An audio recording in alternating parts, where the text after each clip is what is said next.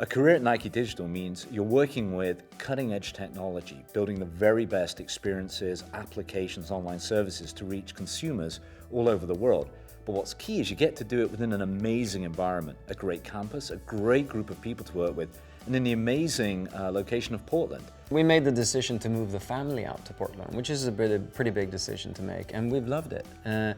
Because Portland has this amazing mix of feeling like a small city, but with a large enough offering that you never get bored.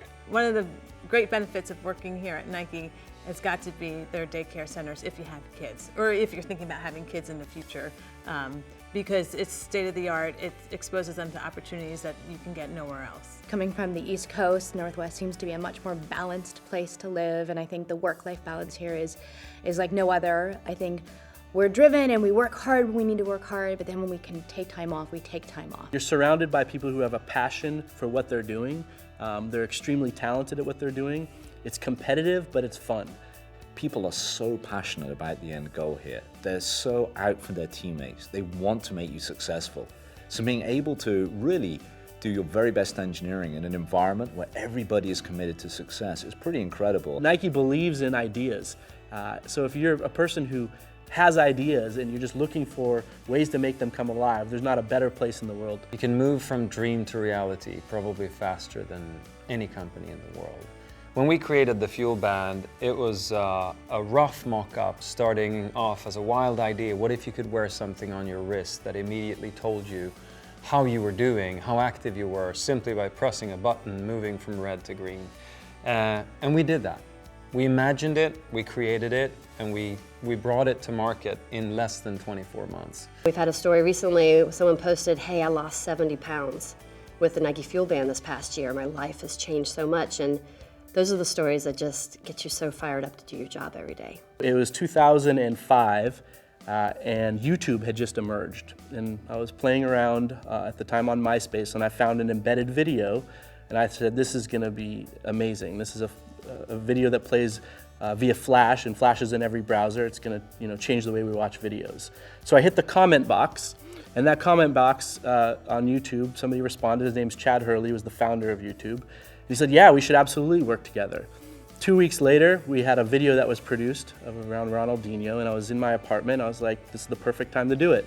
I created a YouTube channel, I uploaded that video, and that video became the first viral ad, if you will, that's really ever hit the digital space. In 2011, during the Cricket World Cup, which was being hosted in India, it was a really special moment for a lot of different reasons.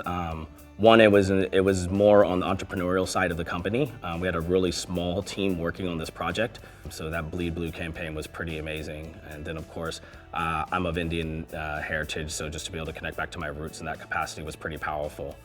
I was working in the R&D building at the time, and I walked into work, and there was a table of these gold track spikes lined up. And I remember thinking to myself, why would anyone wear these track spikes to run in? And it was just a matter of a few weeks later, Michael Johnson was on the world stage setting records in these gold track spikes. And I remember thinking to myself that, how inspiring it was to be around that kind of innovation on a day-to-day basis. He opens the door, and I'm right behind him, and I'm just staying there, and he's not going anywhere. So he just holds the door open for me, and I look up, I'm like, yeah, thanks.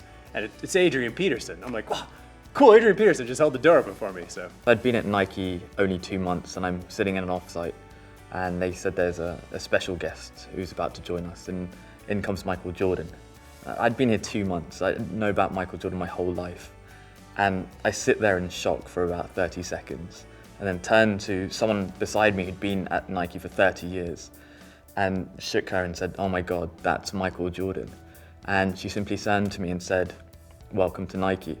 My father didn't understand why I would be joining a t-shirt and shoe company versus the high-tech world that financial services is really known for.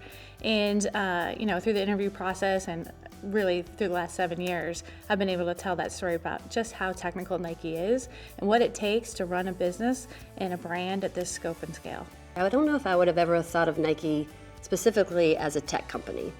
But it's amazing when you're on the inside how much things are shifting and changing here.